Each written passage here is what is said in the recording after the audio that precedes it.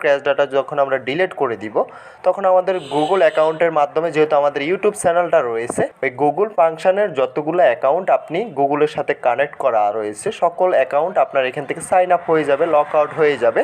তো জাস্ট আপনার এখানে করণীয় হচ্ছে আপনার গুগলের সাথে আবারও আপনার ইউটিউব চ্যানেলটা কানেক্ট করা। এটা যেহেতু আমরা ক্র্যাশ ডাটা ডিলিট করার কারণে আমাদের অ্যাকাউন্টটা চলে গিয়েছে, এটা তারা আমাদের এখান থেকে রিমুভ করে দিয়েছে। তো এখান থেকে আমরা যখন এই অপশনটাতে চলে আসবো, এখান থেকে আমাদেরকে বলতেছে যে ভেরিফাই করার জন্য। তো আমরা এখান থেকে জাস্ট এটা ভেরিফাই করে নেব। ভেরিফাই করার জন্য এখান থেকে আমরা জাস্ট নিচের যে নেক্সট অপশনটা রয়েছে নেক্সট অপশনে ক্লিক করে দিব। নেক্সট অপশনে ক্লিক করে দেওয়ার পরবর্তীতে উপরে আপনার জিমেলটা শো করবে, ঠিক আছে। তো জিমেলটা শো করার পরবর্তীতে আপনি জাস্ট এখান থেকে করণীয় হচ্ছে আপনার যে জিমেল অ্যাকাউন্টটা রয়েছে জিমেল অ্যাকাউন্টের পাসওয়ার্ডটা দিয়ে আপনি জাস্ট জিমেলটা সাইন আপ করা। তো আমি এখান থেকে আমার যে জিমেলের যে পাসওয়ার্ডটা রয়েছে পাসওয়ার্ডটা আমি এখান থেকে দিয়ে আমার অ্যাকাউন্ট এখান থেকে সেট আপ করে নেব, সাইন আপ করে নেব।